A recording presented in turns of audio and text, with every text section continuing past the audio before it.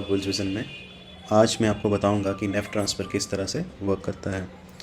तो बेसिकली एक स्टोरी है जिसके थ्रू मैं आपको ये समझाने की कोशिश करूँगा। तो इनिशियली एक कस्टमर है जो बैंक में जाता है। अब वो बैंक में जाके पहुंचता है तो उसको बहुत से काउंटर दिखते हैं। वो काउंटर में जाके कुछ पैसे ट्रांसफ़र करना चाहता है, तो वो इनिशियली पूछता है कि मुझे 50,000 रुपीज़ ट्रांसफ़र करने हैं, तो मैं अब किस तरह से इसको ट्रांसफ़र कर सकता हूँ। तो उससे डिफरेंट ऑप्शंस पूछे जाते हैं कि आप नेफ्ट के थ्रू ट्रांसफ़र करना चाहते हैं या टीजीएस करना चाहते हैं, आईएमपीएस करना चाहते हैं। तो उसे कुछ नहीं पता कि नेफ्ट क्या होता है, आरटीजीएस क्या होता है या आईएमपीएस क्या होता है। तो फिर वो कंफ्यूज हो जाता है। वो मैनेजर के पास जाता है कि ये क्या चीज़ें हैं और क्या मेरे पैसे सुरक्षित रूप से पहुंच जाएंगे या इमीडिएटली पहुंच जाएंगे, किस तरह से पहुंचेंगे, ये नेफ्ट क्या चीज़ है। तो जो मैनेजर है वो उसको समझाने की कोशिश करती है कि ठीक है, आप ये आपके पैसे आराम से पहुंच जाएंगे, बट फिर भी अगर आपको कन्फ्यूजन है तो मैं आपको बेसिक स्ट्रक्चर के बारे में बताती हूँ कि नेफ्ट किस तरह से काम करता है। तो NEFT basically national electronic fund transfer है, और ये इसमें कुछ मेन चीज़ें हैं कि इसकी टाइमिंग जो है पहले स्पेसिफिक टाइम के लिए थी, 8 से 6:30 काम करता था, बट अब 24 आवर्स कर दिया है बैंक ने। इसकी RYR सेटलमेंट साइकिल जो है वो इमीडिएटली आपके, अगर आप अभी ट्रांसफ़र करते हो तो इमीडिएटली वहाँ तक नहीं पहुँचेंगे पैसे, लेकिन एक सिस्टम है जिसके थ्रू वहाँ तक पहुँचेंगे तो उसको 1 आवर का टाइम लगता है। हालांकि आरटीजीएस जो है वहाँ पे आप इमीडिएटली पैसे भेज सकते हैं, लेकिन उसकी स्पेसिफिक लिमिट है। जहाँ तक नेफ्ट की बात है, आप 1 रुपये से लेकर कितने भी, बैंक टू बैंक डिपेंड करता है कितने पैसे भेज सकते हैं, बट आरटीजीएस के लिए आपको एक स्पेसिफिक लिमिट का पैसा भेजना पड़ेगा। तो वो फिर परेशान हो जाता है कि भाई 1 घंटे में टाइम लगेगा या किस तरह से होता है। तो वो बोलते हैं कि आपके पैसे कहीं नहीं जाते, हमारे लिए कस्टमर ही किंग है, कस्टमर के बेसिस पे ही बैंक चलता है, तो कस्टमर ही हमारे पास किंग है। तो फिर दोबारा वो उसको समझाती किस तरह से होता है। जैसे आप कुछ पैसा भेजने के लिए यहाँ बोलेंगे तो ब्रांच जो है उसके अगेंस्ट एक एंट्री क्रिएट करेगी जो वैलिडेट होगी फर्दर, और फिर ट्रांसमिट की जाएगी। तो वो समझाती है कि ये 3 चीज़ें बैंक से की जाएंगी, और बैंक से ये 3 चीज़ें करने के बाद एक मैसेज जनरेट होगा, इसको हम SFMS कहते हैं।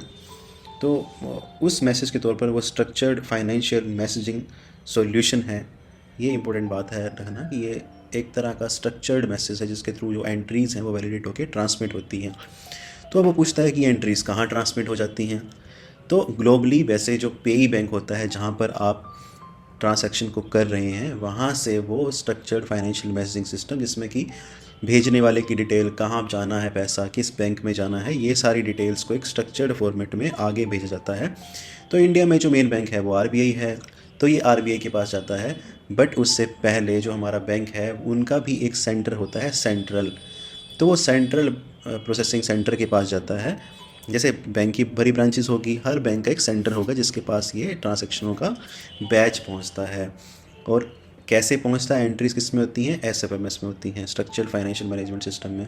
वहाँ से जो पेई बैंक है वो आगे भेज देता है उस चीज़ को, और वो भेज देता है आपका नेशनल क्लियरिंग सेंटर को। RBI का, लोकल RBI का जो सेंटर होगा उसके पास चला जाएगा।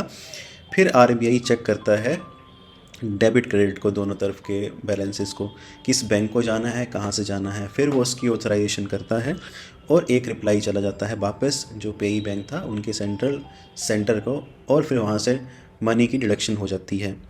और उधर वो मैसेज जो है वो जो रिसीविंग बैंक होता है वहाँ पे चला जाता है।